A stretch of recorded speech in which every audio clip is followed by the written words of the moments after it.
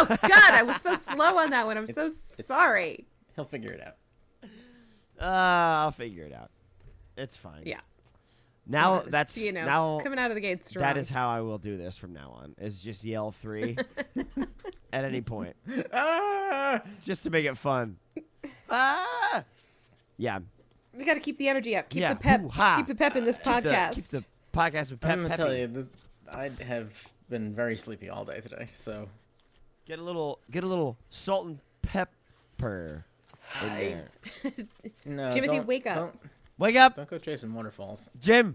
Better makeup. Makeup. You want to do. Jim. I'm so mad Jim, at we're you funny. right now. Jim, we're funny. Jim. Don't be mad. Be glad. Get glad. God, we're on a roll, Mom. Is any of this helping you, Jim? Yeah. Are you happy? My rage keeps me warm. Is this good for you? Jim, I just want to let you know that I think for all of high school, that is how Mom woke me up for school. Oh, wow. System of a Down? No, not System of a Down. Being just overly enthusiastic. She would open my door and be like, "Hey, it's time to get up." Oh, she wouldn't just be like, "Whoa, "Wake up, boy." No. No. And then that would she made it work. fun. You'd wake up. She made it fun for only her and not me. Yeah, that's right. Listen, it wasn't going to be fun for you no matter what, so it might as well be fun for me. Like I would be asleep, or maybe I had like just woken up from my alarm, and I was up. Done now. You know? In my head, she just got you out of bed by saying, "Wake up! Wake up!" Wake up.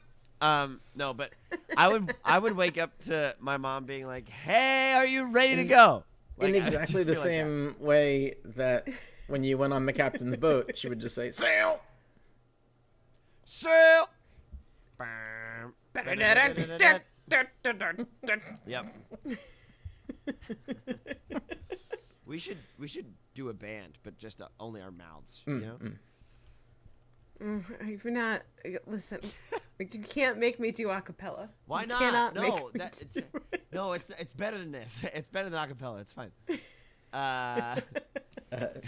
It's a totally different and new thing.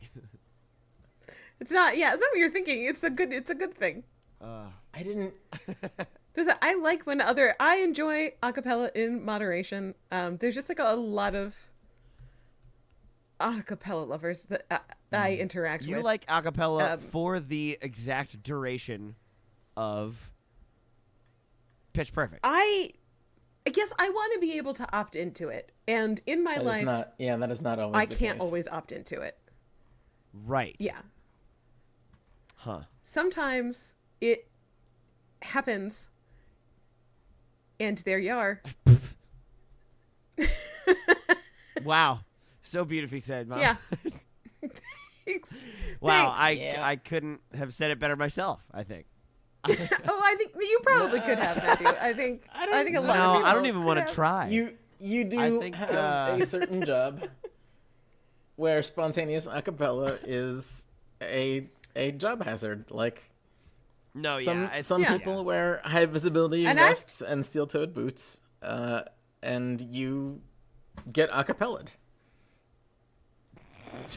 I have reached out to OSHA, and they don't consider it to be a problem. Have you reached out to Ocean?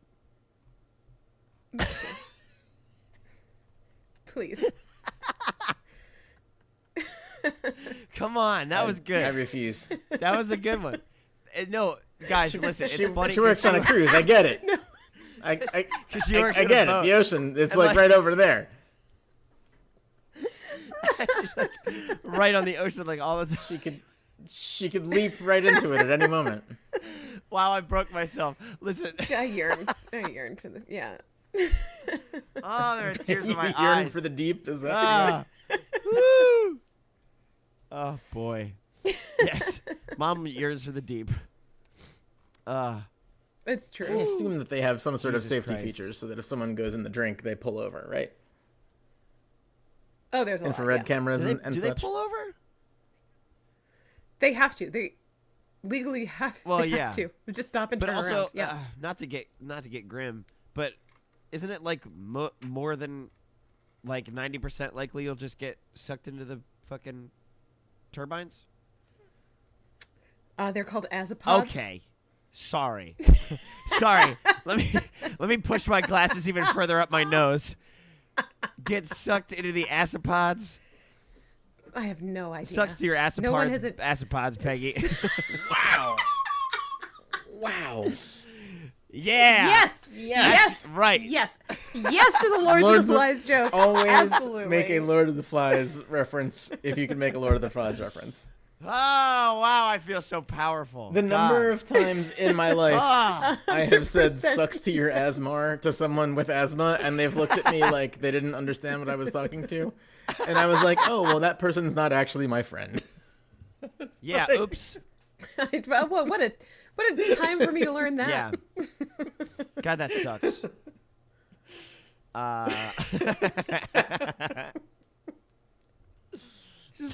Always be sucks to your asthma. Should we start the podcast? I guess we should now. Oh God. Yes. Now I guess we should. Oh, God. Ugh. Already? Is it that time again? I think, honestly, by me yelling at Jim to wake up, I've woken myself up. I feel so awake. I'm doing okay. All right. But let's go get a cup of coffee after we record this. God, I need a little cup of mud. Can we bring back cup of mud? No. Please? I love a cup of mud. I mean, Perfect. you have never left it behind. That's true. What? You're drinking something, dude. I can hear your throat moving around. You know what Jim's bringing back? A hot mug of chup. Hot mug of chup. We need to bring that shit back. That was like episode 2. Tabitha will not countenance any chup in her pops. No chup in She her will pops. if it becomes a TikTok hack. That's true. You bet your ass she's gonna girl shit. boss her way right into that trend. Oh, shit, gang. If we're doing episode 100 on the boat, I'm going to be sloshed if I have to host. Because I'm going to be recapping the fucking whatever, right? That's the thing. If you think I'm not bringing an entire bottle of Prosecco to that, you are sorely mistaken. You're right. Sorry. You're bringing a full bottle of Prosecco. I'm probably going to bring Comes in 2 bottles. martinis. Oh, so that's what we figured out is that you're gonna watch the whole season up until we go, and then recap it to us. I guess. Do we just want to, like, cut this fucking season short? How many episodes do we have left? But this season is weird. This is episode 8. So if we get another one, okay, listen. Can we start the podcast Yes, and talk about sorry. this off? Okay, right. Yeah. Right, yes. It's They still don't the even know beginning. how the sausage Sorry. is made. Okay.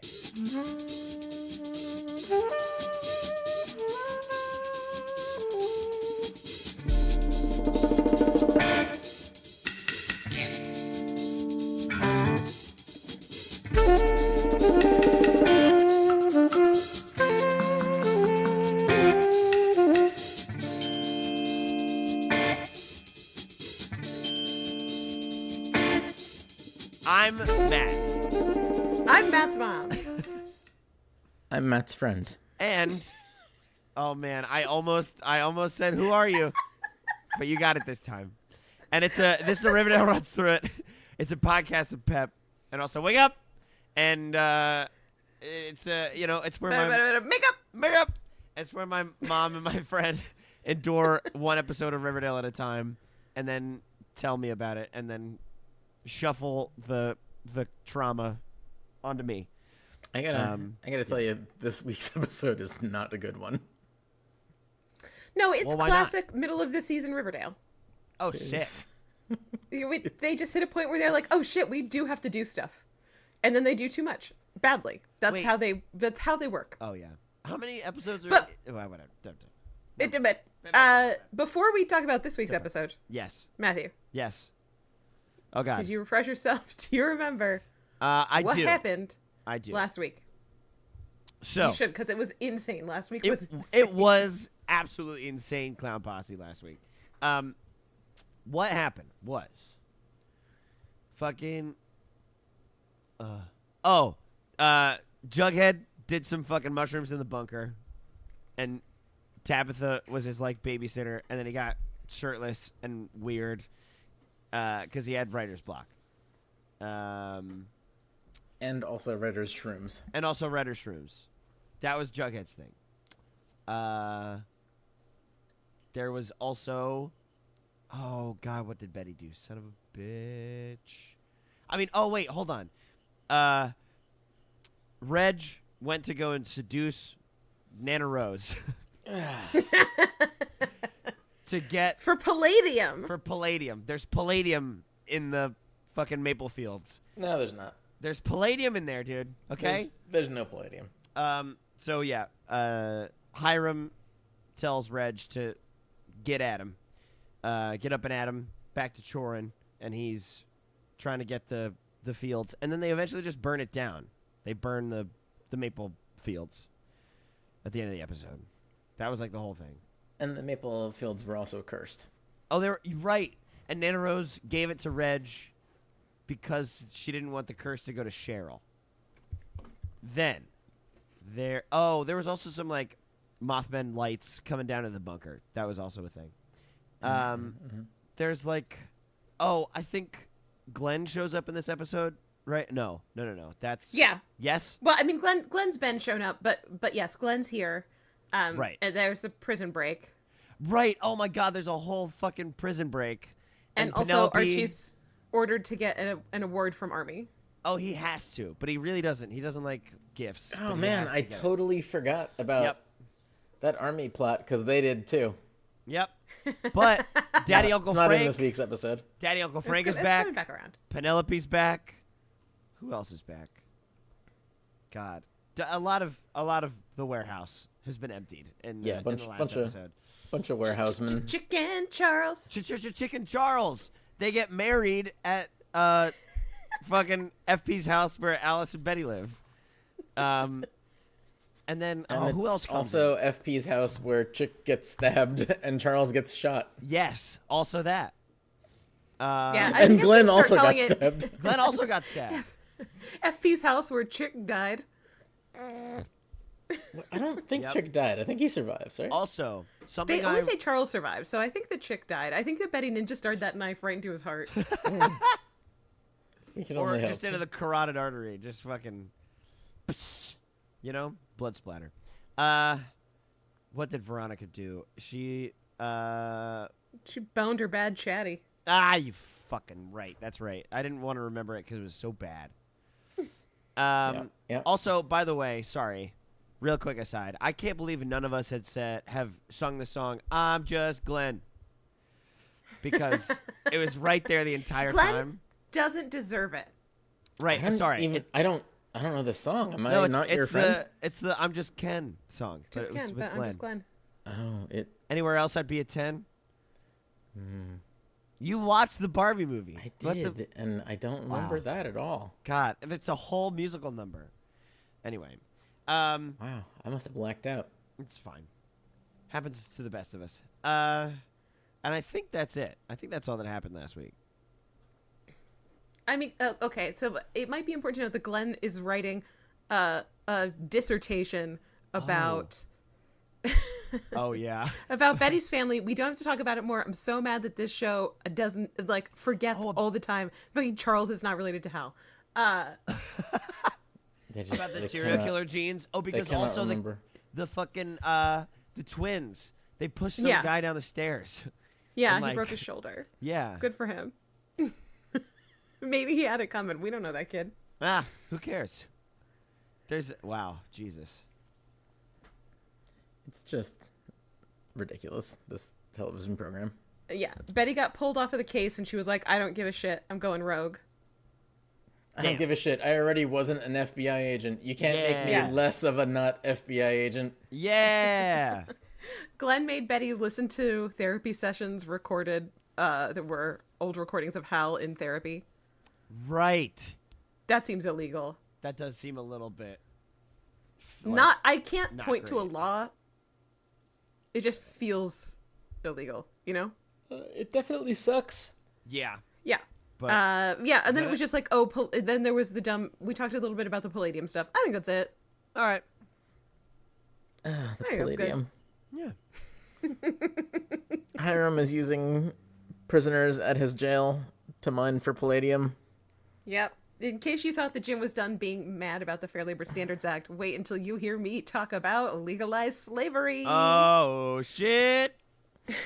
Yeah. That really sucks, too. Goddamn.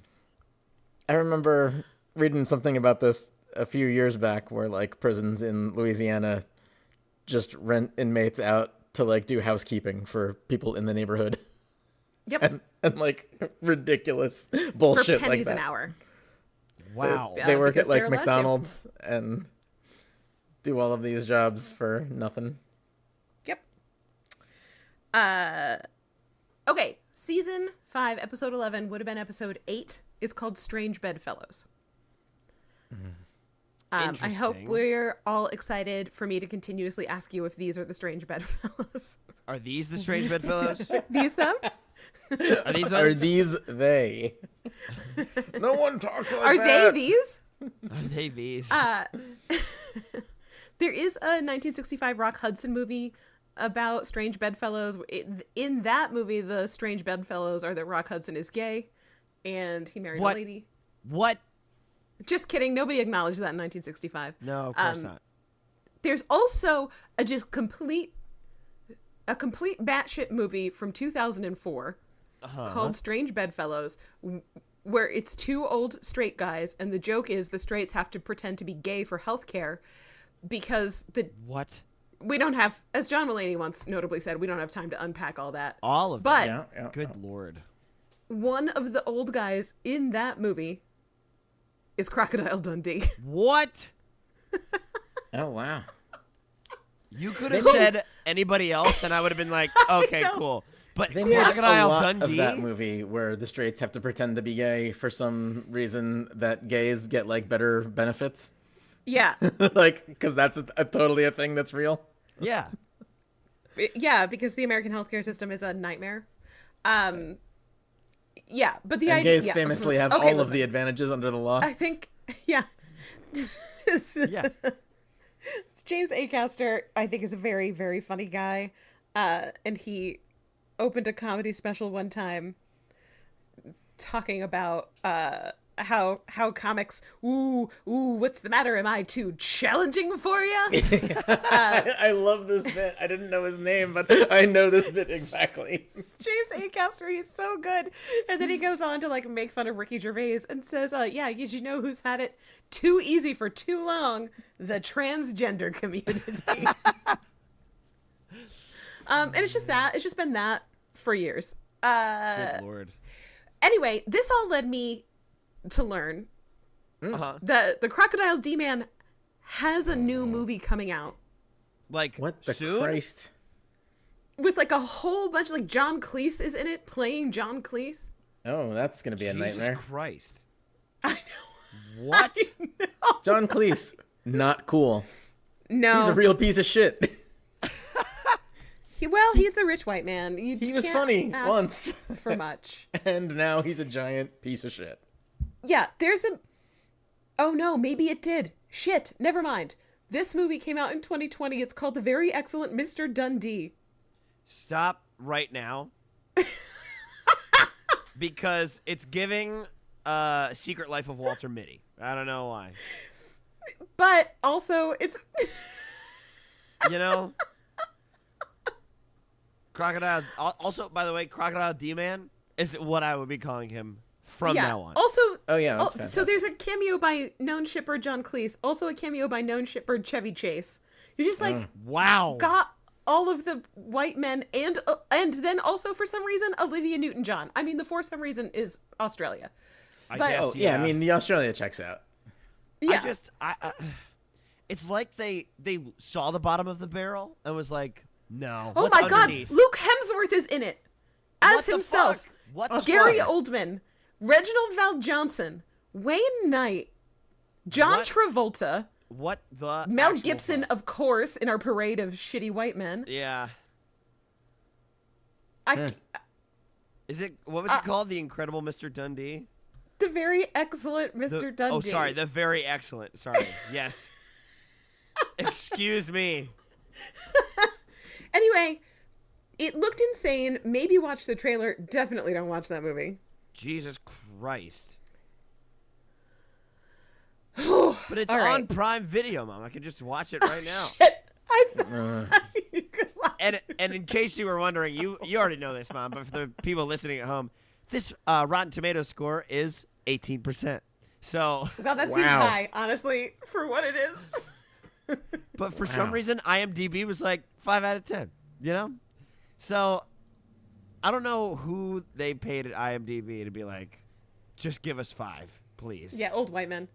Probably Man, old white men. this fucking cast looks like... It's insane, isn't it? It looks like the people that you would get to be in your movie about being kicked off of a Star Wars TV show. Holy shit, Jacob Elordi's in this movie? Like, these are the people that would be in that movie. About your hard times of... You were too much of an openly bigot and the woke Star Trek people kicked you out of their show. Like, that's this cast. It fucking sucks.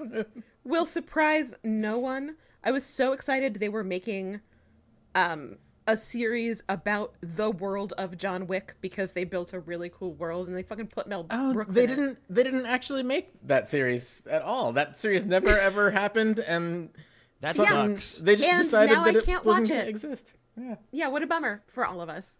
Yeah, they just didn't make that show. Yep. No trace of it anywhere They should online. have, but they didn't. God damn it. All right. Okay, so Strange Bedfellows. Strange Bedfellows. Right. Are we back to that movie or are we back to the TV show? No, this episode. We're gonna do the. Okay, we're gonna do the podcast. We're gonna do the podcast right now. Though. Excellent. It's the trashed school being toured by Waldo of the Nine Fingers, Alice, Kevin, and Archie. Are these they? The Strange Bedfellows? These are them? Pretty standard bedfellows. Yeah, it is. Pretty run of the mill, if you'd say. In this episode, Archie has 18 jobs. Okay, he's a teacher, and now it's his job. He's the contractor in charge of fixing this school. Teacher, contractor. He's gonna be a bounty hunter. Fireman. Let's not forget that. A Batman. Yep. This episode is listen, it's really classic middle season Riverdale where they didn't do enough early on and now they do everything so fast. Good Lord. All right. Honestly, I love this. He's going to punch some dudes. Hell yeah. Oh yeah. He's not going to have sex. No. He doesn't have time. Because he's a moral guy. Oh shit. Super moral. Yeah. It's going to take Archie 3 weeks to fix the school, and Kevin says that he will help. And Alice says, all right, back to remote learning. So just logistically. The fuck? When is Kevin going to teach the 28 classes he teaches every day? Uh-huh. Yeah. And then also be a bruiser stud. Oh my gosh. That is such a good pull, Mom. That's I love you for that. He hasn't been a bruiser stud in like 2.5 years. Yeah. I know, we're bringing it back, baby. I can't believe you remember that. I fucking I love know it. that you two have goldfish brains about this show, so I really have to keep things. Yeah, you're doing all the heavy lifting. I'm so sorry. Oh my God. I don't even remember what we're laughing about. Bruiser studs. I was making a but you know, joke. Whatever. It doesn't matter. Back at the Pembroke, Smithers welcomes Veronica home to her done being renovated Pembroke. So the great news is Archie doesn't have to do that job anymore. Thank God. Which I guess gives him time to rebuild the school. Yeah. Smithers is trying to tell Veronica that, like, hey, the town's been ravaged by convicts. And the school's trashed, and so maybe you don't have a job there right now. But Veronica, I don't like the way she talks to Smithers in this scene, because she's like, I don't have time to listen to you, Smithers. I need to open the package that I have received. Yeah, it sucks. She's a real jerk to our man, Smithers. Yeah, and Smithers takes it because he's a gem, and we love him. Yeah. So he's a brilliant character actor. Has gotten a giant blue opal from her gem contact in Ethiopia. Now, which is a little crazy because those are mostly from Peru. But that's whatever. It's bigger than the fucking Hope Diamond. I'm so glad that I'm not the only one that's like. No, I heard you say now, and I knew where you were going, and I got to move. Oh, also, I do want to say that this entire episode, I've been calling it the Hopal Diamond. Yes! Because it is so absurdly large. It's so large. It is as large as you hoped the Hope Diamond would be. Oh, God. If I swallowed it, would it make a Hope Diamond shape in my neck? You wouldn't be able not to fit swallow. in your mouth. Son of a bitch. Yeah. The prop is so big. All right, fine. It's so big. Fine, I won't eat a gem. Like, whatever. I'm just imagining the props department getting this note, like, okay, we're gonna need a really big opal. And them coming back with one that's, like, big for an opal, but you can't see it on camera because it's big for an opal. Yeah, and they were like, no, I gotta bump it And up. then getting a note on it, bigger! And they're like, okay, they come back with one, like, the size of a golf ball. Bigger! Oh, my God. Jim, you gotta not eat your microphone when you yell into it. Like, okay, what are we gonna do? A softball? No. Even bigger. Like a basketball? It's like one of those small soccer balls, like for little kids. Jesus Christ. Like, that's how big this fucking thing is. That it's absurd. is huge. It is My God. absolutely absurd. Yeah, it is television. It is television, Jim. Large. Good Lord. It's what you wanted the Hope Diamond to be. Yes. Very much. And I did have that thought too. I saw it and was like, yeah, that's what he was hoping for. And weren't you so satisfied when you saw this huge fucking opal? Yeah. Mostly All I I'm was busy saying. Googling where the fuck blue opals are from and are there blue opals. And the answer is yes, there are blue opals, but they are mostly from Peru. Okay. Anyway, Veronica's going to sell this. She has a buyer for it. She's going to sell it to pay for her bad chatty so that she can get divorced. Yeah. Smithers really harshes her mellow here. She's like very, very self-satisfied because he finally gets to explain that the school got trashed. Uh-huh. So Veronica hightails it to Archie's house where Daddy Uncle Frank now lives.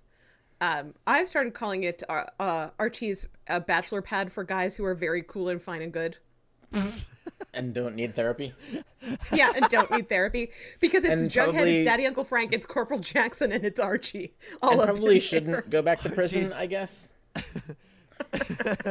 It's real interesting, the lines this episode draws between characters that should go back to prison and characters that should not. Despite all of them having broken out of prison. Like Characters they need some get to versus stay out. characters they don't need. Yeah, It's some get to just- go back. I'm writing that down so that I can put that as the title for the episode. Archie's bachelor pad for people who are good and fine and okay and fine and good. Totally good. They're good and fine and good. Don't worry Yeah, about they're it. great. Holy shit. Veronica goes there to say, Furthermore, we know that at least Daddy, Uncle Frank, Archie, and Corporal Jackson all participated in some light war criming. Yeah, well, I think we can assume a pretty healthy dose of PTSD across the table here. yeah. I think it's a safe bet. Right. Veronica's there to say, OMG, are you okay? Archie says, hey, what the frick is up with you, actually? You didn't come home. Don't tell me if you slept with Chad or not, but I can smell it on you. I can smell And it. are you divorced? Jesus Christ. She is not divorced, nor will she explain why she's not divorced. Wow, sick move. She's like, it's just safer for you legally to not know. What a weird. That's just that- not true. That Like, makes a little bit of sense. I guess. I don't know. I just don't. I really I don't care know enough about to be that. mad about that one. Yeah, Honestly. this shit is already like 3 contradictions deep. So Yeah. We're already way in it. I can't be trying to fix this one. yeah. Anyway, Archie has to go. He's gonna help round up convicts now. So I guess when does he sleep? Because he's doing a lot of jobs. Well, it's normally the time that he would be having sex with Veronica, but he doesn't have to do that so right he's now. got a So. lot of free time. Yeah. Yeah. At Thornhill, Penelope is joining Nana Rose and Cheryl for breakfast. She is high on life and freedom and also got she started a cult in jail. What the fuck? And she's gonna run church services 2 times a day from the house now. Yeah, so multiple murderer with witnesses, Penelope, doesn't have to go back to jail. She's cool. She got religion. Sweet. She can just What stay religion? out. We'll get there. It's Mothman religion. It's pretty much, yeah. I wish. No, I mean, it pretty much is. I mean, we've got some other disturbing elements in it. Yikes. Cheryl does politely suggest that maybe Penelope climb back into the walls. That doesn't sound like a bad idea. Yeah. But Penelope says she was getting early parole anyway because of her good religious works. Are you fucking serious? They're so serious. Jesus. I mean, Christ. the episode puts that idea forward. It's not very serious, but it does suggest it's that just that. I am reporting accurately what happened on the television show Yeah, Riverdale. Yeah. So many times in this episode, I was like, oh, if I was not compelled to watch this show and I had not quit long ago, this would have been the episode that did it. Like, this episode is so bad and dumb. In this way, Jim, we are very different people. Because I would have been like, I gotta keep going. Are you kidding? It's just getting good now, you know? Yeah. There's Mothman and the possibility of Molmans being dangled. I can't stop. Don't threaten me with the possibility of Molman. What do you think they're going to call the maple version of Sasquatch? Something, and it's going to make me mad, but I have to find out. God, it's a double-edged sword, this show, because I know. on one hand it hurts, and the other hand it draws you in. It's a real toxic relationship, but I can't quit it. Yeah. It's like cigarettes. Anyway, the odds that Penelope will be immediately asking parishioners for money are astronomically high. Yeah. Yeah. Yeah, absolutely. Because that's what church is. It's a grift. Yeah. If you're asking yourself, so what's Betty been doing now that she's not teaching in-person classes and got kicked off of that case from the FBI? Well, she's eating smart food and being a trucker. I don't know why we had that product placement, but there you go. Wow. This is this is... They're raking in that money. They see the end. They're like, we're not going to be able to really merchandise. But they could. We must start doing product placement. And this episode of Smart Food. Like all of their jackets and stuff for a long time. I never saw a human wearing those. Like not serpents jackets anymore. You know, there's not bulldogs. They missed the boat on the fancy school ponies. They really could have sold a lot of those sweatshirts that Matthew designed. Yeah, there's no vixens. I gotta post those when the episode comes out on my birthday. Ha ha ha. Oh, everybody say happy birthday, Matthew. Oh my God. Happy birthday, Matthew. Holy shit, they have a farm. Wait, hold on. Sorry. There's a farm thing. There's a farm t-shirt, ring tee. That ring tee. Oh, yeah. Farm. Oh my God. With all the cutout dolls on it? Yeah, I found it on Etsy. I'm getting each of you one. Pretty sweet. Well, yeah, so that's not like official merchandise. People made a bunch of good stuff. That's true, I guess, yeah. There's also an El For Royale Boxing Club sweatshirt if y'all want that. I'm so lost in the sauce, I would 100% wear that. Hell yeah, dude. Established in 1973. Okay, anyway, sorry. Back on track. Anyway, Betty's eating her smart food. She gets a phone call from Tabitha. Tabitha's calling to report that she lost Betty's ex-boyfriend. Shit. Yeah, and Betty's, why should I care? You know? Yeah. Correct. This is the one thing that I'm like, oh yeah, Betty is correct here. Betty should just... Yeah. She doesn't super care. She just says, like, yeah, he's kind of a wanderer. I really don't understand what you're calling me. I'm not in it that deep with that guy anymore, and I don't want you to call me about him. Yeah. Thank you. But good day. I can hear that you are distressed, and I am a helper and a people pleaser to my own detriment. So I will stop by Pop's tomorrow. Oh, you might think that that's the end of this scene, Matthew. What? You are not correct. Well, what? Yeah, so Tabitha hangs up the phone, and then there's a convict there. He's got a gun. Ooh, give me all your money. So Tabitha's doing what you should do in that situation, which is put your money in a paper hamburger sack and hand it over. Good Lord. But then Penelope walks in to the diner. Penelope, escaped convict who is freely walking the city and no one cares. Yeah. Walks in to distract this escaped convict who is doing a crime, at which point Tabitha does clock him over the head with a bottle, I think. She knocks him unconscious. There's a lot of bonked noggins. She absolutely brains him. Absolutely brains him. Yeah, there are a lot of head bonks coming our way. Mm-hmm. So let's go to the hospital where this head bonked convict now resides. Head bonks all the way down, baby. Riverdale, no fire department. Yes, hospital. Yeah. Thank goodness. A Riverdale bonks through it. Yep. In that hospital room, Keller and Archie are reviewing this convict's file. Why is Archie there? Great question. I don't know. Just cuz. Doesn't make a lick of sense. Yep. This guy was serving 5 to 10 for armed robbery, but he'll be serving more, but maybe he can help them find the escapees, and maybe he won't be serving more. And he says... It's good to see that he's really terrible at his job. Yeah. Right? Like, they're just reiterating that. He was so bad at armed robbery that he got to jail, and then he was so bad at armed robbery that he went to hospital. Well, here's what this made me think about. The premise was that these guys were all getting paid to trash the town, but if Hiram didn't pay them up front, which he didn't. Yeah, of course he didn't. They don't have money. Yeah. And they also don't have loyalty to Hiram, but you don't see them going after him. Yeah. The day's young. Said convict hears what they're offering and says, instead, actually, how about he gets a lawyer and pain meds? So you can tell he's been through this rodeo before. This is not his first rodeo. This is not the first time someone smashed his brains in while he was trying to rob them. Yeah. It's like, yo, I suck at my job. Yeah. But I know this. But I know how this part goes.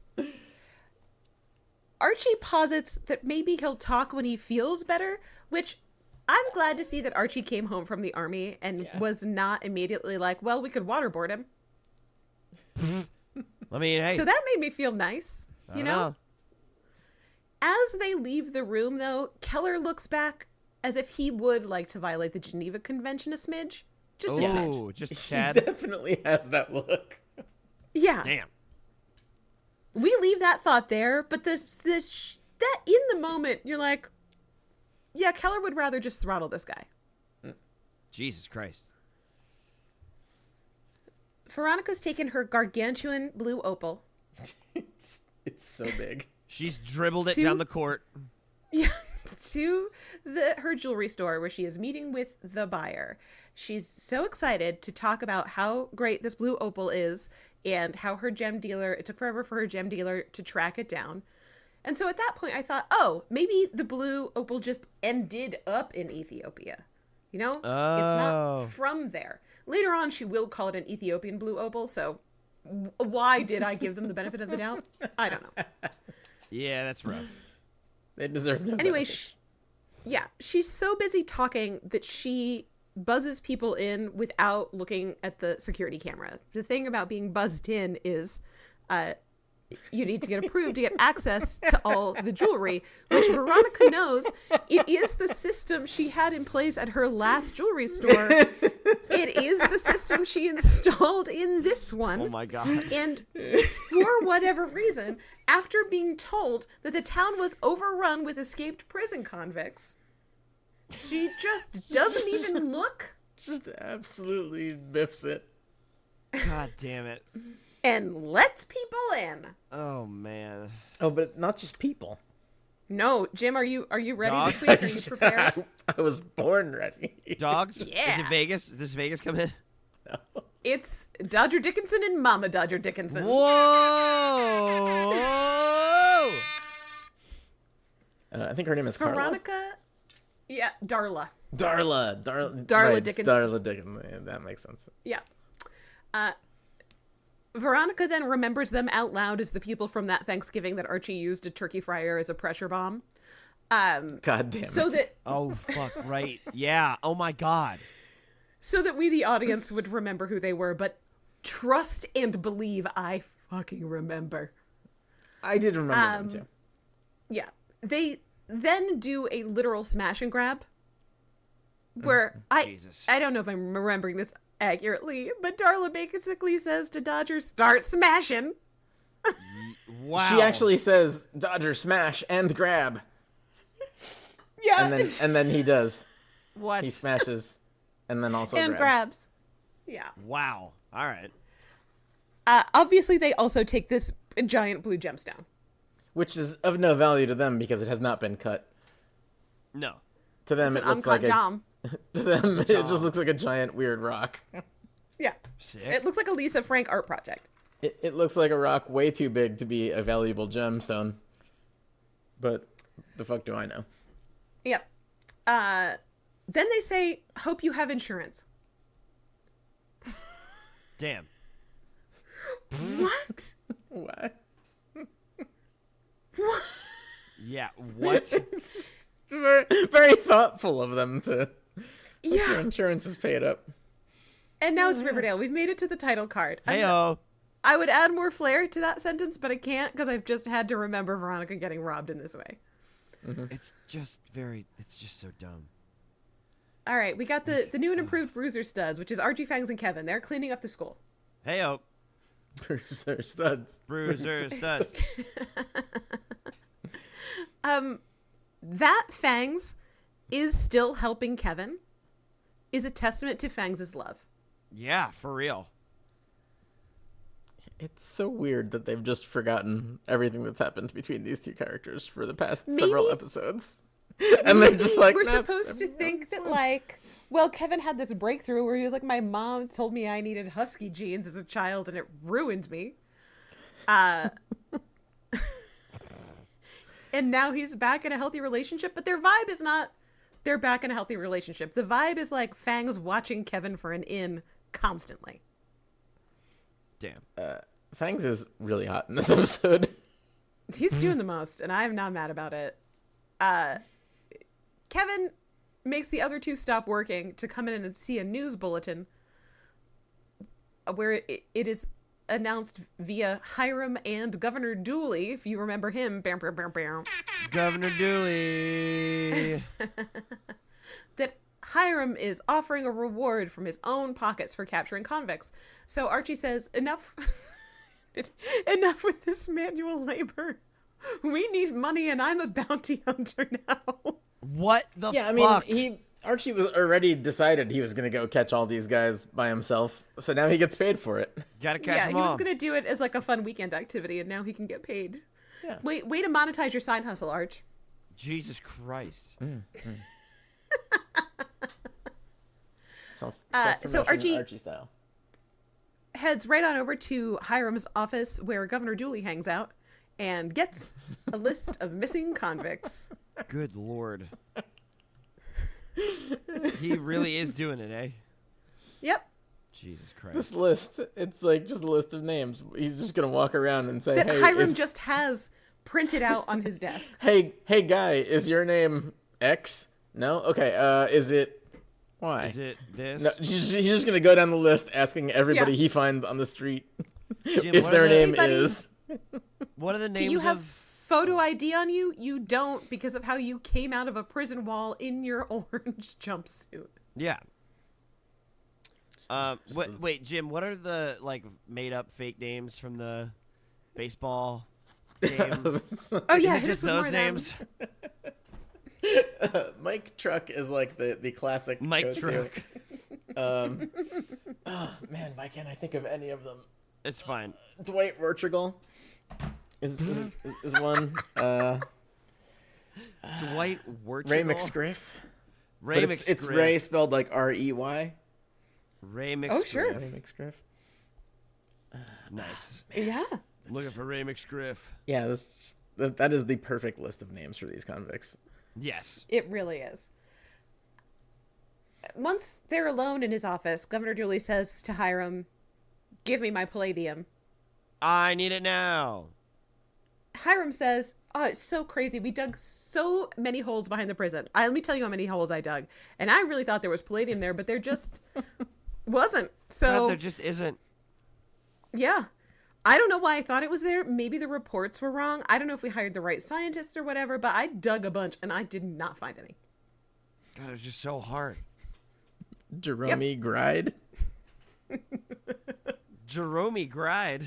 Not Jeremy, Jerome. Jerome Gride. Wow. Oh, you got your Willie Dustus? Matthew, you got to pick one of these as a name for your cat. Yes.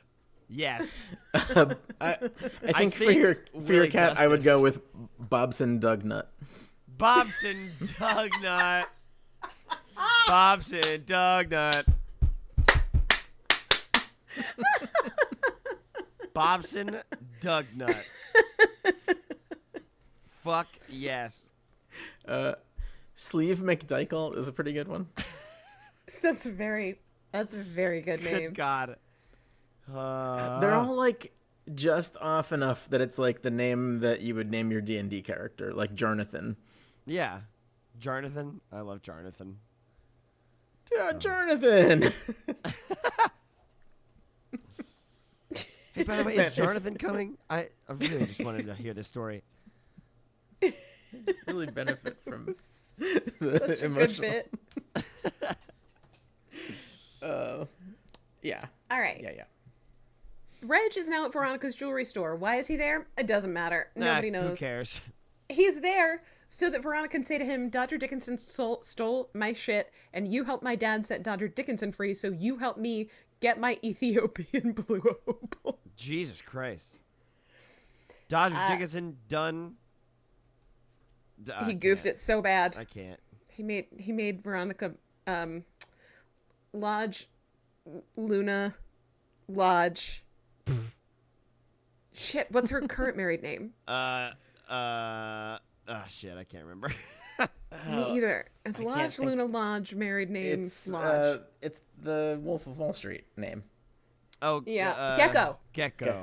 It's Veronica Lodge, Luna Lodge, Gecko Lodge. Gotcha. Reg says, "I only work for one lodge, and you are like 3 lodges, so no."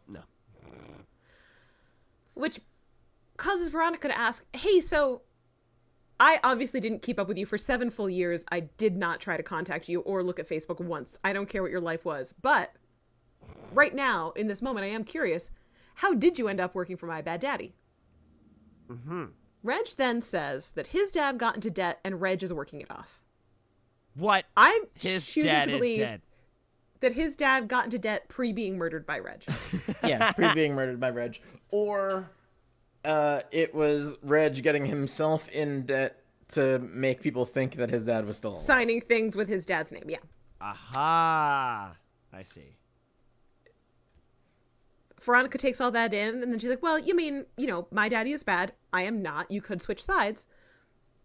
And then Reg absolutely destroys her by saying, "Well, your father actually pays me." Wow. Ugh. Wow. Fuck. Good Lord. Holy shit. Right? That's fucking such a good burn. I mean, we knew Veronica never paid him a single fucking penny, but I'm glad that Reg remembered. Yeah. Yeah. Pep Reg Farm remembers. Sorry. All right, I'm good. But then, because Reg truly is a softie at heart, he says that he will help Veronica find her weird rock. Love it. It pops. Betty is touching base with Tabitha. Betty finds that she is not surprised that Jughead got zooted on shrooms. Mm-hmm. I totally forgot. Forgot about zooted? Yeah, he's zooted. Zooted on shrooms. Yeah. It's so nice to have no memory of anything that we taped last week. And every time something comes up, it's a brand new joke to me. And I get to experience it all over again.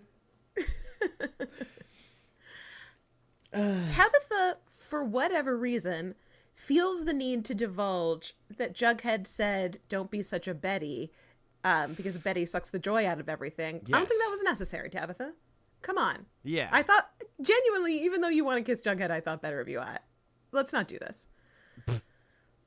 Betty correctly says that Jughead actually needs to be his own responsibility. So, whatever it is he's doing, if he needs help, he can ask for help. And if he's not asking for help, then maybe he doesn't need it. And maybe he should just fuck right off. Yeah. And maybe Betty doesn't care and she can go have her own fun without being judged. But the last missing person that she ignored was her sister. So for that reason, let's go to the bunker. Let's look for Jughead. All right, fine. Oh, boy. Okay. It's going to be a doozy. It's just so stupid. It's just this little scene where it's the hospital. We got Mama Dodger dressed like a 1940s nurse. What? In there, obviously killing the guy who tried to rob Pops. Keller comes in and he says, "Hey, I know who you are," and then she gives him a head bonk. Well, now we got head bonk number 2 in this episode. Head bonk counter up to 2. Yeah. Love that. So now Keller's not in play anymore because he's a little head bonk boy. He's head bonked. He can't do anything. He can't possibly do anything. He's head bonked. God damn. We got so it's time for bunker besties. So Tabitha and Betty in the bunker being besties. Jughead's phone is there. They decide they should read the manuscript, even though it might be cringy. The amount that these two dunk on Jughead constantly gives me so much life. They look at this manuscript and they're like, "Oh, I don't want to read it. It's going to be bad." And then he's going to ask me how it is. Jesus, I can't. And I'm going to have to say something. But what if there's a clue in there? Because he did write it while he was zooted on shrooms. That was perfect. Hell yes. We do need a head bonk. We absolutely need a head bonk. Yes. Approved. I assume there's more head bonks in this episode, yeah? Oh, yeah, we're not done. Fuck yes. This town is full of people who can't do jack shit right, but they can knock somebody unconscious in one blow. Blow. So anyway, the bunker besties divide the manuscript in half. They're like, "We're obviously not reading this for content. Just see if you notice any locations or whatever. Locations or people," they say, as if most stories aren't grounded in locations and people. I never heard of that. Yeah, I don't know. Do you remember when Hiram cured his nodes by killing that guy outside of a bar that just said pub on it? Yeah. Okay, well, that's where Jughead is now. He's outside of that bar that just says pub. Nice. Yeah, he's standing next to a barrel fire. Okay. Yeah, everybody has an oil drum to just put a fire in. Yeah. And people love it if you do that next to their bar. They love that. Yeah. Yeah, especially if you're homeless. Yeah. So a guy in a suit comes out and he's like, "Hey, homeless guy, you want to make money?" And then he kicks Jughead's ass. Damn. What? Does he say no? Jughead, he says, Jughead's like, "I don't trust this guy. No." So the guy says, "Oh, come on, take it." And then he drops it. And then Jughead reaches down to pick it up. And then he gets kicked and punched. Well, that's not great. He does get knocked unconscious. He gets knocked unconscious, yes. He gets head bonked. He gets head bonked. It's not just one. It's not one clean hit, but he's a little bonk boy now. Yes. God damn it. I'm so happy that this noise was exactly what I needed it to be. I just Googled head bonk. Oh my god. Jim, you're a genius. Fucking sound engineer over here. Let's go. As Jughead is passing out, he hallucinates seeing a big shadow on a wall because he's got trauma he can't access, I guess. Yeah, it's his Mothman's. Yeah. Back at Archie's bachelor pad for cool guys who are fine and cool and good. We got Corporal Jackson, Daddy Uncle Frank, Archie, Fangs, Kevin. Yeah. They're positing that it would help Daddy Uncle Frank's case if he helps round up convicts.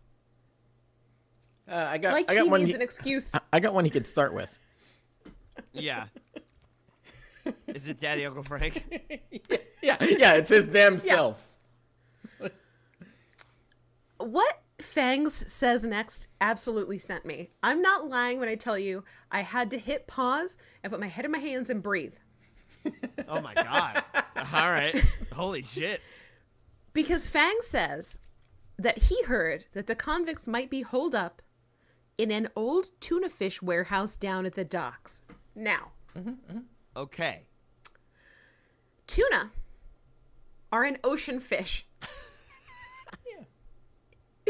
Historically. Yeah. These docks they're like the side have been the docks at the river. Does this town have a seaport? It seems like they want us to think that. What where they just store tuna fish. They don't pack it or process it. They just store it there. They float it up the river? Yeah. Warm tuna fish to a processing facility inland? Yes. Yeah. I mean, no, they're not. It's a tuna warehouse. It's just storage. Yeah. They're canning that tuna in a factory downtown. Millions of tuna. They're Tuna for shipping me. cans of tuna in from Rhode Island Yeah, for dry storage. Tuna up the Barges Sweetwater. full of tuna. The ocean's candy. sent me. Just in my That hand. moment trying. They're Or just can or pie. tuna Have pie. you ever just Googled tuna warehouse? Tuna warehouse. Did you guys know? This is a fun fact. Did you know you could?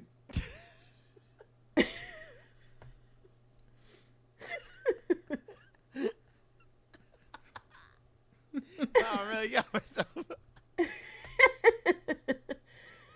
The Tuna Store LLC of Bellevue, Washington, an integrated supplier of private label branded Holy consumer shit. tuna products.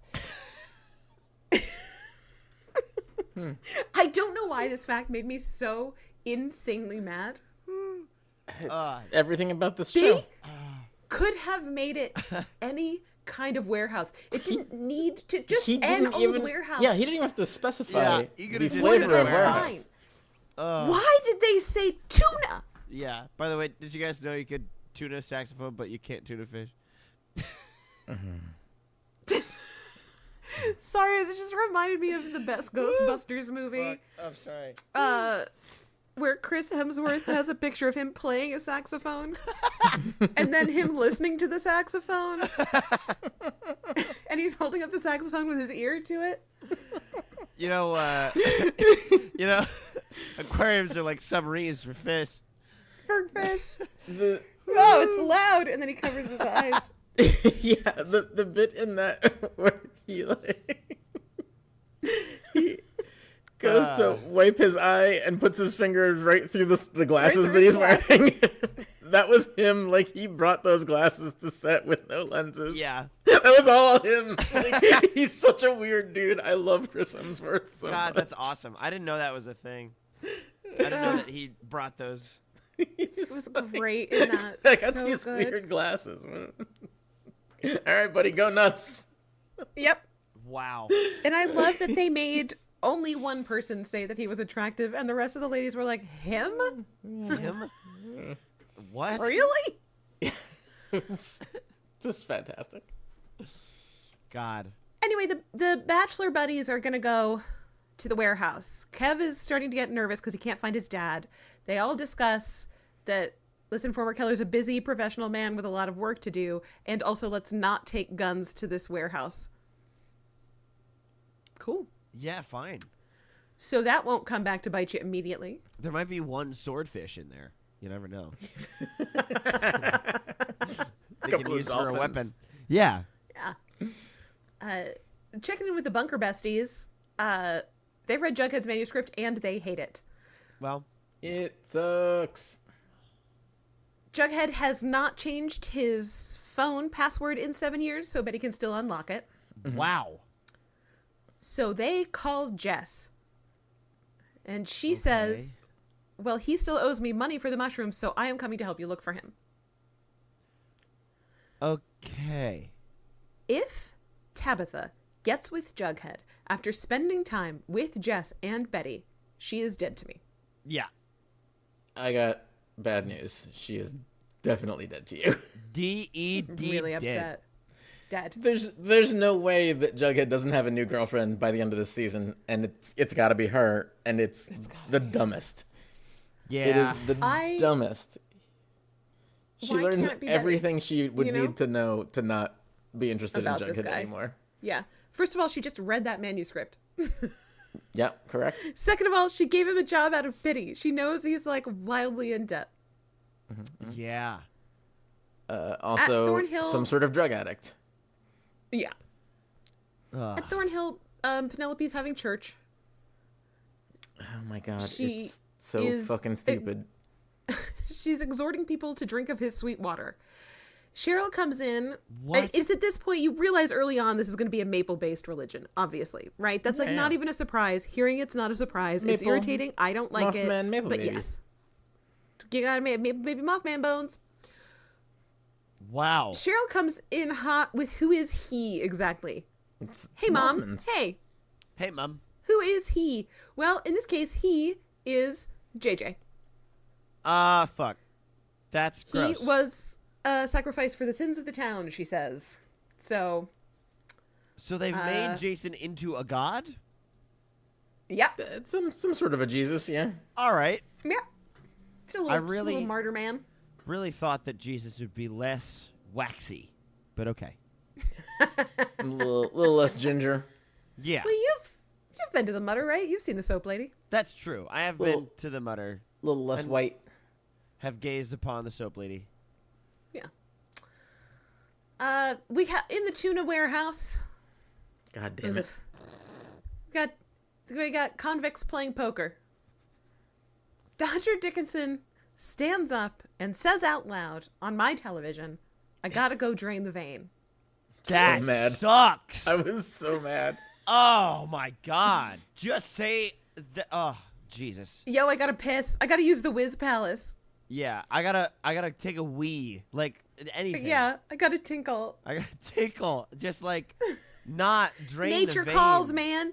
Yeah, nature calls. Please. Does anybody say something fishy's going on? Because I gotta drip the doodler.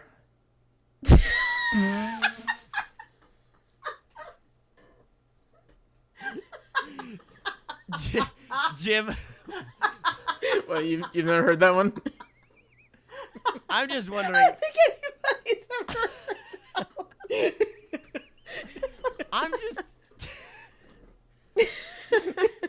I'm just trying to figure out what it doodles. You know? If it's the doodler, I need to see some doodles. Oh, I think you know what it doodles. I think I also know what it doodles. I don't think you want to see that. I also don't want to see that. Drip, drip, drip the doodler. Holy shit, Jim. I'm sorry. You never be sorry for that shit. That's so funny. Oh my god. At this point, Archie and the Bachelor buddies kick in the door, and they are, ooh, citizen's arrest, boys. Come politely with us. Line up. Get your buddy. We're back to jail. The convicts look at these young men and say, I note that you don't have a gun. I have a gun. He says, that's not a gun. This is a gun. Oh, no. Shock! Surprise! It's Paul Hogan, the Crocodile Dundee man. It's fucking Crocodile Dundee, baby. And he shows up with the worst white guys you know. God. But at this point, Reg happily also shows up, and Reg does have a gun. So, victory for the bros. Wow. Amazing. Veronica, why is Reg there? Reg is there because Veronica is also there because they were tracking Dodger to get Veronica her pretty rock back. Hey-oh. I guess I don't know why. I guess Reg leaves, and at this point, Veronica's like, well, what boy do I boss around now? God, I don't have any boys to boss around anymore. I find myself, I'm uncomfortable. There's no boy here for me to boss around. So she tells Archie he needs to find the opal. Somehow the convicts got away. What? I don't understand it. They were I think just Dodger got away. Okay. Because he went to go drain the vein or drip the doodler. That Jim. and he took the opal with him because you need that in the bathroom. Yeah. Thank you. Yes, that makes sense. Dodger wasn't in there. So Veronica's like, well, you have to find him and get my rock. And Archie says, why? You're manifestly not the boss of me. Wow. Hey, are you still married? Then. Yeah. Then maybe stop. I guess I'm not a rockologist then. Yeah. Guess I'm not in it for that. Veronica then, she gets him with this one weird logic trick. She says, you were going to go pick him up anyway. Wow. But got his ass. And Archie's like, you got me there. I can't think what else to say. I was going to go get him anyway. Fuck, Dang. I was going to. Damn it. Yeah. Shit. We got back to homeless Jughead. Okay? He's inside some sort of pallet shack, saved by a noble itinerant who has bandaged him. Pallet shack. Pallet shack, and there's a pallet shack at the side of the road, it says. The pallet shack shimmy. All right. Sorry. I'm taking deep breaths. Jughead says, hey, noble itinerant, what's your name? This gentleman says, my name is Cal, but people call him Doc. At this point, we have a literal flashback so that we remember who Doc is.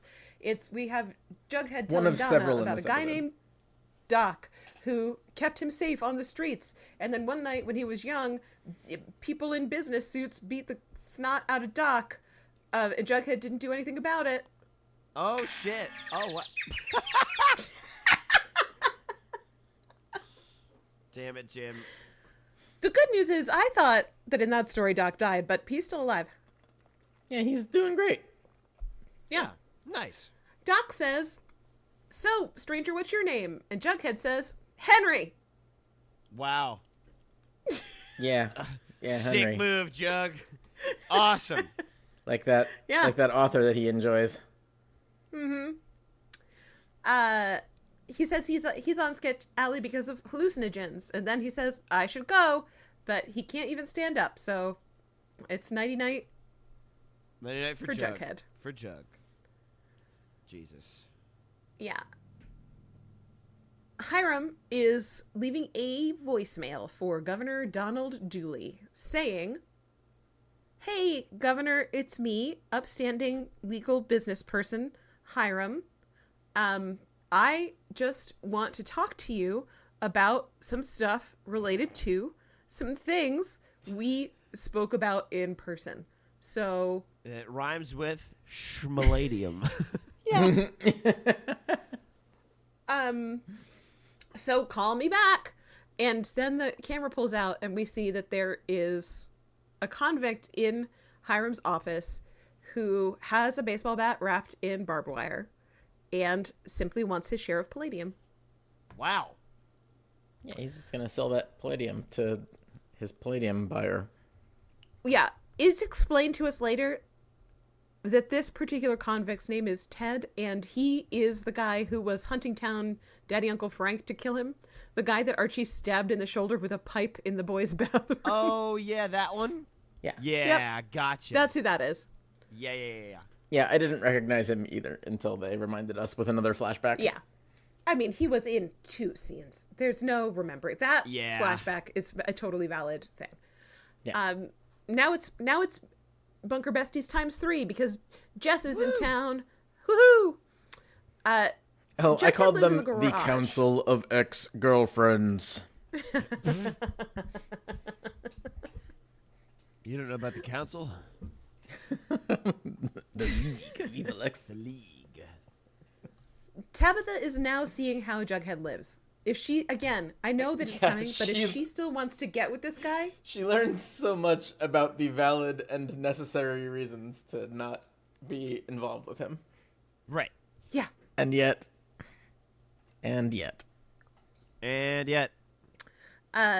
Jess then starts asking pertinent questions like, what else was he on? Was it just mushrooms? Do you know where he keeps his stashes of stuff?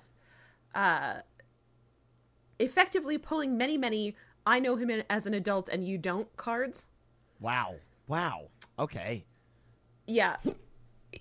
They discuss that Jughead did once live under the stairs like a little Harry Potter ass. And so they go to the school to check his desk, his classroom, and under the stairs. Uh-huh. Then they go to the bunker because there's obviously nothing there. Right. How are things going with the Maple cult, you ask? That's a great question. Love that. Yeah. Yeah. I did appreciate in that last scene, Jessica from New York super takes charge of things and shows that she is a much better investigator than fake FBI Betty. Wow. Well, I will say this, and far be it from me to defend Betty. Betty is not super invested in finding Jughead. That's fair. She started this investigation with learning that he still insults her to other women. Wow. Yeah. And I think she's fine if she never finds him, you know? Yeah. I think that Betty's motivation here is like, do a good enough job that Tabitha lets her go home. Jess's motivation is if she goes back to the dealer without the $500, I'm sure she has to pay it herself and get hit. Yeah, that checks out. So maybe get bonked? Get a little head bonk. No, you're not getting head it. Bonk. Damn it. Come on, dude. She doesn't get head bonked. You don't get the sound. Fine. All right. So, at Thornhill, Cheryl and Penelope are having it out. RE's starting a religion in JJ's name.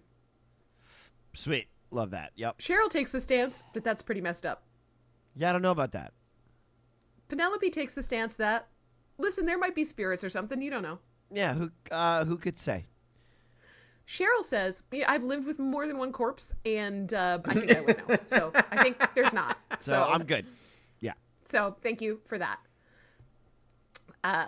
Penelope checks in with her, though. So I hear what you just said, but are you sure? Yeah. Penelope is then reminded of that time she spent living in the walls gaslighting Cheryl with a creepy doll. Yeah. And so there's not spirits, there's just gaslighting asshole bags who live in your fucking walls. Yeah. Until you bug bomb your place. Penelope then takes a new tack. She's like, let's not talk about that. I don't want to talk about the time I lived in the walls and gaslit you, obviously, for many, many reasons. What I do want to say is maybe there is a realm in the beyond where maple syrup flows in the rivers. Okay. That sounds horrible. Okay. That sounds really gross. Don't want sticky fish. Thank you very much. I don't want it. Thank you. I'm glad that you thought that, Matthew, because my immediate thought was like, what's that ecosystem like? What lives in that river? I mean... A tuna with the tuna factory tuna. You can tuna maple syrup, but you can't tuna fish. Maple tuna, you know, gets you high like maple mushrooms. Yeah. And then she asks if Cheryl doesn't want to be part of something larger. And Cheryl says, yeah, obviously I want to be part of something larger, but not something with you. Good job, Cheryl. She's going to immediately recant that and get involved in this, but for now, let's give her this victory. By the end of the season, she's going to be the new queen of the Maple Jesus. Hell yeah. Queen of the Maple Jesus. Part of the remodel of the Pembroke was Veronica putting in a small standing poker table. Oh, okay. And Reg is there dealing poker. Yeah, makes sense. Sure. But she doesn't have time right now because she gets a call from Hiram, but it's not her bad daddy. It's a criminal her bad daddy released and didn't pay and now has taken Hiram hostage. Shucks.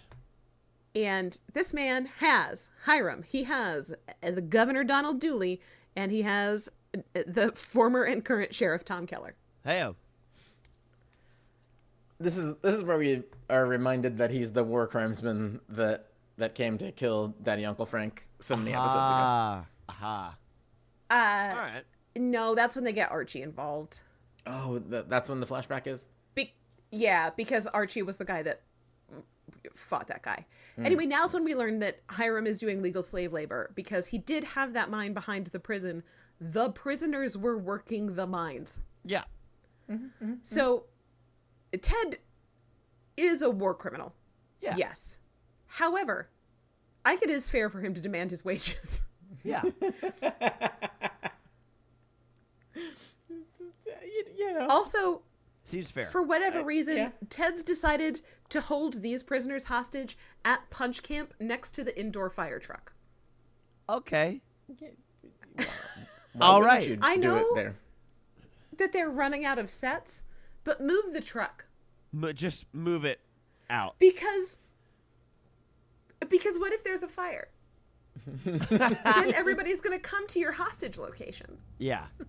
It's not good. It's not good What if there's optics. fire, like the many that you personally started over the last couple of days. You can't control that. Yeah. That's not great. People could be trying to fry turkeys right now. You don't know. A bunch of bruiser studs could come to put out a fire. Studs, yeah. Then what are you gonna do? Your location's compromised. Yeah. Just think, dude. Just think a little bit. Just think a little bit. God. So this guy, his name is Ted. We don't know this yet, but Ted's going to put Hiram on the phone to tell Veronica what she needs to know. And Hiram feels like what Veronica needs to know is that she shouldn't cooperate and don't tell them anything. So Hiram does get a little head bonk. He doesn't get big bonk. But he does get a little bonk. Then Dodger shoots the governor in the guts. Gets a little gut shot. Ooh. That's not where you want to to get get It's at shot. this point in the scene that I note that Reg is dealing poker, but for whomst? There's not a third person. I held it a little farther away. It was only a little head bonk. Good job, Jim. Veronica gets off the phone and says to Reg, "What do you know about My Bad Daddy and Palladium?" Happily, we don't have to be there while Reg spills the mining beans. Back at Archie's cool bachelor pad for definitely well-adjusted guys who are cool and good and fine. God, it keeps getting longer, and I love it. Kev is worried about his dad, which I think is sweet of him and correct to do. But Veronica calls and says she knows where Dodger is, and he is at Punch Camp with Ted. It is here we learn that he is the guy who stabbed Archie, that Archie stabbed in the shoulder with some plumbing from the boys' bathroom back when Daddy Uncle Frank made him a target. Veronica also shares that Kevin is there along with a gut shot Governor Dooley. Oh. Not Kevin, Tom. Oh, yes, Tom. Sorry, wrong Keller. Yeah. So Veronica and Reg are going to go killer. to get the Palladium. They're going to everybody meet at Hiram's Sodale office. Soupdale. Obviously, in Soupdale, there's a safe behind the big oil painting of Hiram that hangs behind his desk. Okay. I love what they do here, which is to not bother cracking the safe. They're like, Hiram knows the code to the safe. Let's just take the safe out of the wall and wheel it on over to Ted. Wow. Which genuinely excellent solution. Thank you. That is great. Yeah. If Betty were in this scene, they would have her crack the safe, but she's not, and so they don't mess with it. But they should definitely not call Ted back and be like, "Hey, Ted, can you get Hiram to give you the code to the safe?" No. Why would they? Come on. Come on. Come on, dude. It's a good thing that Veronica has all these bruiser studs with her that can move a safe. Thank goodness. Archie has tools in his truck. Time for more bunker besties. Heyo. Jess gets into the bunker, starts dunking on Jughead. She's like, "Yeah, I can see why he likes it in here. It's a literal hole." God damn. Just no Savage. holes barred. Now Jess is looking for the manuscript. It's explained to her that the manuscript is gibberish and bad and no help. She then floats the idea that they should all take shrooms together to see what Jughead saw. Obviously. It's just not how shrooms work. Sorry, keep going. Yeah, not how anything it's works. definitely not. It's not how anything works. The great news is here that Tabitha and Betty are not into this. Like, ooh, girly pop. I don't think so. Jess immediately pivots. She's like, fine, then I should go. Maybe Jughead went back to New York. She even says to pivot. face his demons. Okay. Yeah. Pivot. Oh, that sucks. Yeah, she pivots so hard. She says pivot out loud. She has to say it out loud. Because maybe Jughead is going there to face his New York demons. But could they have a burger at Pop's first? Jughead never shut up about them, and so she'd love to have one of these. Famously, people who are trying to get you high totally respect your wishes when they're giving you food. Yep. And you should not worry at all about them dosing you with drugs. Yeah. You should definitely trust them with your food. Absolutely. Okay. Good advice. Are you ready, Jim? Oh my God. Never been more ready. Jughead is sleeping in a pallet shack. He hears glass breaking noises. Outside, somebody's kicking the shit out of Doc. So Jughead goes outside and it bonks him so good. And then Jughead himself passes back out. All right. So he's redeemed himself. He saved Doc. Hooray. Hey, all right. Nice. Veronica calls the convicts to say, hey, I'm bringing you a whole ass safe. Ass safe. Ass safe. Ass safe. The rules are that she has to deliver it. She can't bring anybody with her. Just gonna but Archie carry that says, safe right in there herself. great news, there's a secret entrance, which is a skylight I covered over with tar paper, and so we can drop in like Batman, he says out loud. Like Batman. Wow. Like Batsman's. Batman. Yep. Oh boy. Just like, oh God boy, oh boy, damn oh boy, it. oh boy, oh boy. You All know right. what's really easy? Deep breaths. Is after you rappel, getting unhooked from the rope and the harness so that you can beat up a bunch of guys quickly. Yeah. That's like super easy. This is the fault of television. It's a real simple process to get out of that climbing harness and get to where you can anybody fight dudes. can be on the SWAT team. Yeah. Yeah. You just go on down and sign up. They'll put you right in. Cheryl still has Jason's bones. Oh my God. Let this motherfucker die. Let him rest. God. Please. Stop bringing this guy back once or twice a season. Good Lord. She still has Jason's bones. She goes and opens them up and looks at them, and then a cardinal flies into the house. It is a cardinal is red. That's red, like the hair. CGI cardinal. Jesus My Christ. notes for this whole scene say, Cheryl still has Jason's bone. OMG. A cardinal flies into the house. Please stop. Please stop. Please stop. The bunker besties are at Pop's. Jess goes over to the counter to pick up fries for everybody. Tabitha says, I own this place. You don't have to pay for the food.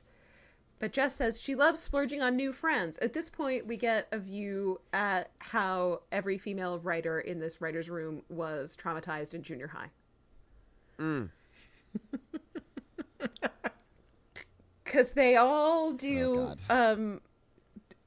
talking nice to be mean to each other. Oh, I see. Yeah.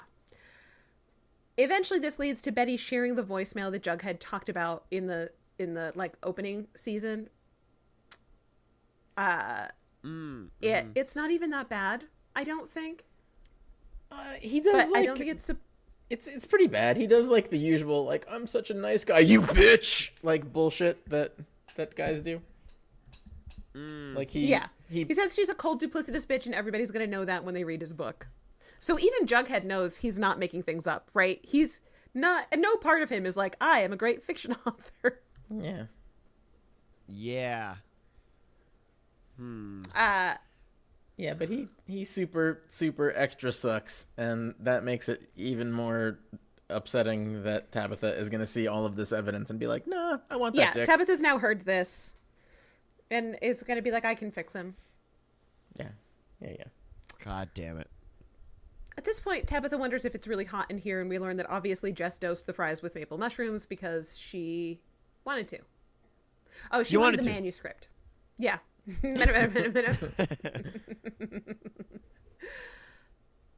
So they go back to the bunker. Jess says she assumed that Jughead would write about her because she saw what Jughead did about Betty, so she wanted the manuscript for that.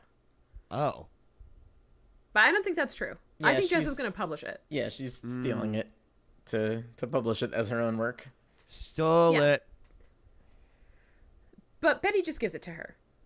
All right. They say maybe Jughead won't remember he wrote it. Damn. Then he wrote on a typewriter on paper, so he has no digital copy. I mean, it's bad anyway.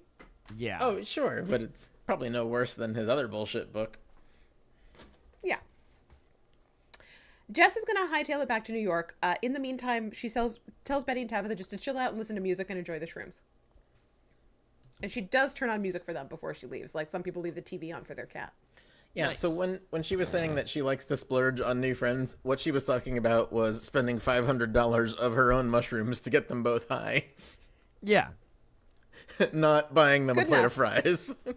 So now Jess is out $1,000. That's rough.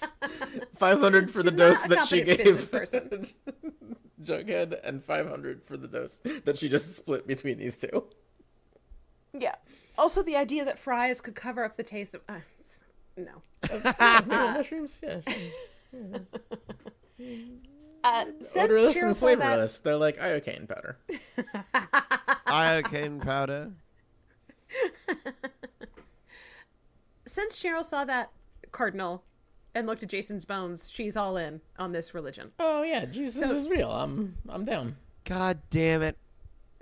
The second J in JJ stands for Jesus. Jason Jesus.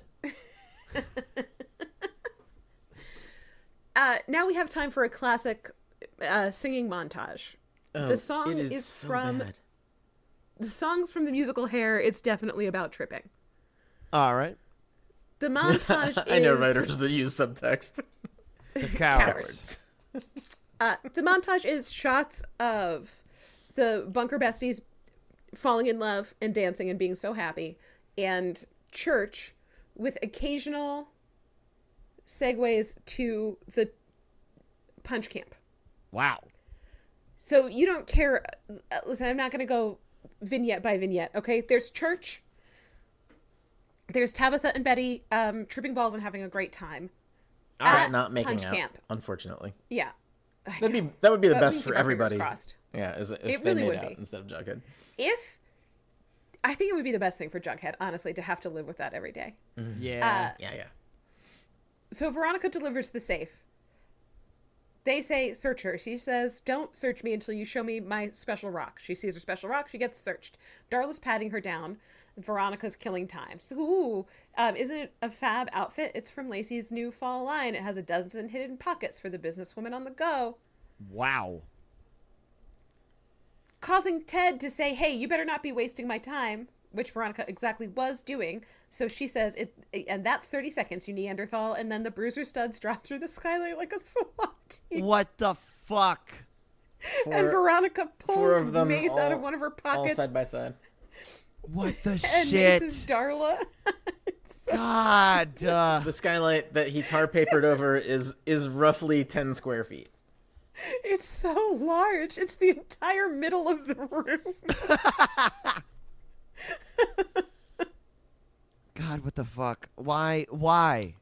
I mean, really good genius work by everybody. Did KJ Appa go in to work that day and be like, "Hey, I want to get dropped"? It's not them. They're all wearing black hoods. It's all stuntmen. Archie's like, here's my idea for renovating Punch Camp. The roof is a little leaky, so rather than removing the skylight that is gigantic, I'm just going to cover over the thin layer of paper so that later, if I'm up there and forget where it is, I definitely don't fall through the glass 40 feet to the floor.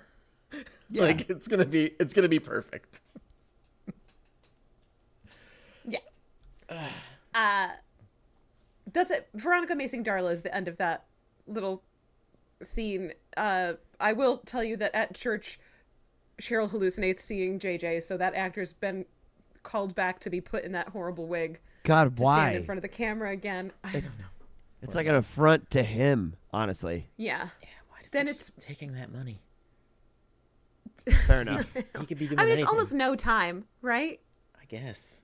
He must like the time he spends in makeup to look that pasty is the bulk of his time on set. He must live in Vancouver, right? There's no way that they're flying him up from LA for that.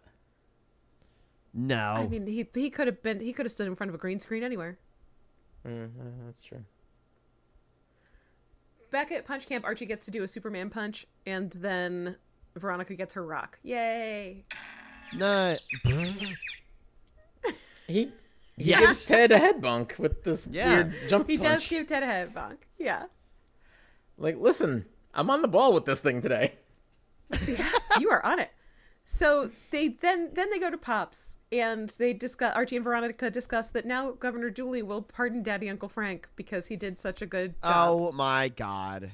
All right. Also, Archie still won't sleep with Veronica because she's not divorced, so she better hustle it up and better get pay to off her bad chatty's debts so that she can get a divorce. Because surely, once he gets all this money from her, he'll sign those papers right away without issue. Yes, of course. Yeah. Yeah, that's how Ponzi schemes work. You just Ponzi your way out of them. You just Ponzi it on up. You don't Ponzi farther in, you Ponzi out. Famously, that's how everybody gets out of Ponzi schemes, is they just... That's where we get the phrase Ponzi out that everybody knows and has used. Yeah. You don't get caught like having people buy other people's debt so that you can sell that debt to somebody else. Like, no, you don't. You just keep going. I do forever. find myself like obsessed with fraud and embezzlement stories because they're all the same. And I don't know what happened. It's always, here's how it goes, right? Somebody does a small fraud and they're very, very nervous and nobody catches them.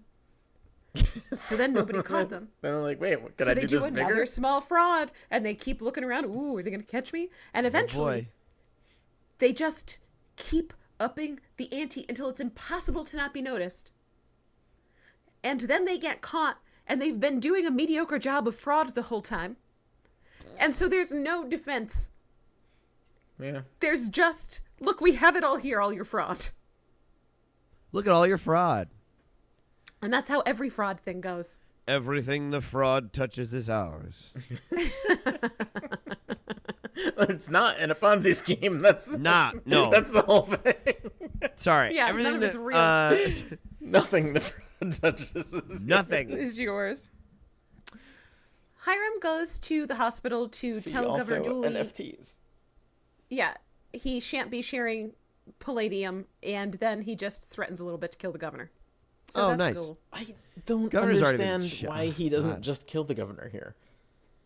The governor was He shot. doesn't want to be governor. The governor was shot in the stomach. He could very easily die of those wounds. And then you don't have that problem anymore. He's killed people before. I don't know. He might as well have. Yeah, maybe Hiram doesn't want to be governor. Yeah. Oh, he doesn't. No. He wants to be a tycoon or whatever. Tycoon is such a goofy, old-fashioned word. It really is. Yeah, we gotta phase that out. Jughead's wearing a normal beanie. Just trigger warning, everybody. Jughead wears a normal beanie. No, don't like it. And for whatever reason, a Superman sweatshirt. All right. I mean, isn't his original shirt an S? So they're just kind of playing off of it. The S was on his beanie. They're playing up that CW Arrowverse crossover. I don't know. I don't think they added a crossover. Yeah. Maybe they should. I hope not. Anyway, Jughead in a normal beanie steps out into the sketch alley camp. He finds Doc outside. He says he's feeling better. Doc gave him antibiotics. All right. I guess. Yeah, antibiotics fix head bonks famously. Yeah. Yeah. The head bonk damage is from bacteria. Yeah, well, it gives you an infection. Getting your brain rattled. Jughead did not kill the guy that he had bonked, so great job. Hell also, yeah. He can't go home yet because he has undefined trauma that happened to him in New York, and he has to figure out what that is. So he has to go there and be a detective. Wow. Then he very bravely fesses up that his name isn't Henry, it's Jughead. It was the guy that let you get beat up all those years ago. Yeah. Obviously, Doc knew the entire time. Yeah, of course. He's like, yeah. Yeah, no shit. Kid. I'm an avatar of the noble itinerant. Of course. Of course I knew. This homeless man then explains to Jughead that Jughead just needs to focus on himself. Jughead says, okay, but I will come back and see you. Will you? Nope. Not one bit will he do that. Yeah, great job. Back in the bunker besties wake up. Betty then has to remember giving away the manuscript, and Tabitha reminds her that she did play that voicemail. And she says it's a secret between friends because they're besties now. And Tabitha does want to help Betty find the missing girls. Okay. Yeah. Then Tabitha checks her phone. She has a voicemail from Jughead who is saying, hey, sorry. I have to go to New York City because of trauma reasons. Don't worry about me, bye. Well, looks like they tripped for nothing. Well, they had fun and they bonded. Fair enough. Maybe they're bunker besties now.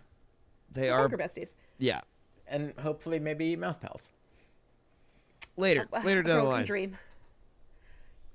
The last scene is Jughead on the road. It says New York, 86 miles. He's alone in the woods. He's hitchhiking and he gets in a truck.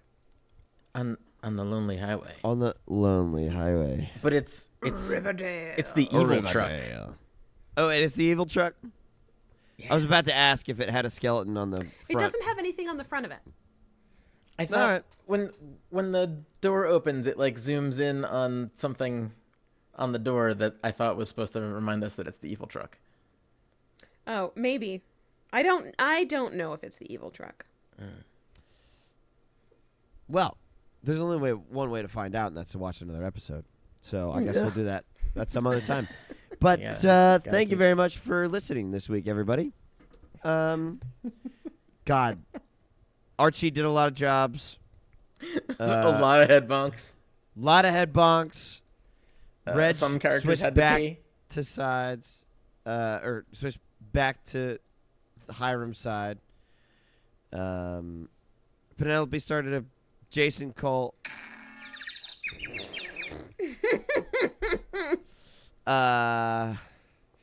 Veronica gets her fancy rock back. Jughead is homeless and in an alley. Goes to New York. I feel like that's mostly it, right? Yeah. All right. There was some mild repelling. Ah, yes. Mild repelling. So there's that. So thank you very much, everybody, for listening this week. Again, sorry, I already said that. If you wanna follow us on social medias, it's at Riverdale Runs on Twitter and Blue Sky, and Riverdale_Runs on Instagram. But we don't really use those. But just email us. We don't post that much. Yeah, just email us. We like you very much. Yes. We save all of our bits for this so that you can hear us come up with them live. Oh, yeah. If you want to send an email, it's artipod@gmail.com. That's ARRTIPOD@gmail.com. It's our initials. And then our intro and outro song is Smooth Passenger by White Bones. It's a pretty cool jazz tune. Go check it out. And lastly, I think that's all I've got. So unless anybody else wants to spurt out a random fact, I'll just end it. Spurt out a random fact. I hate that. What? I don't know. All right. Drain the main vein of your brain. Fact-wise. Anyway, have a great week. Just drip all of can. the smarts out of your doodler. There we go. Find a new way to say take a leak. and be kind and don't fuck by. Or don't fuck. Well, okay, you don't fuck can't Veronica because she's married. Don't fuck Veronica because she's married. I was gonna say don't fuck in a repelling harness, but that is some people's name. So you can if you want. Yeah. To. So don't fuck Veronica because she's married. Bye. Bye.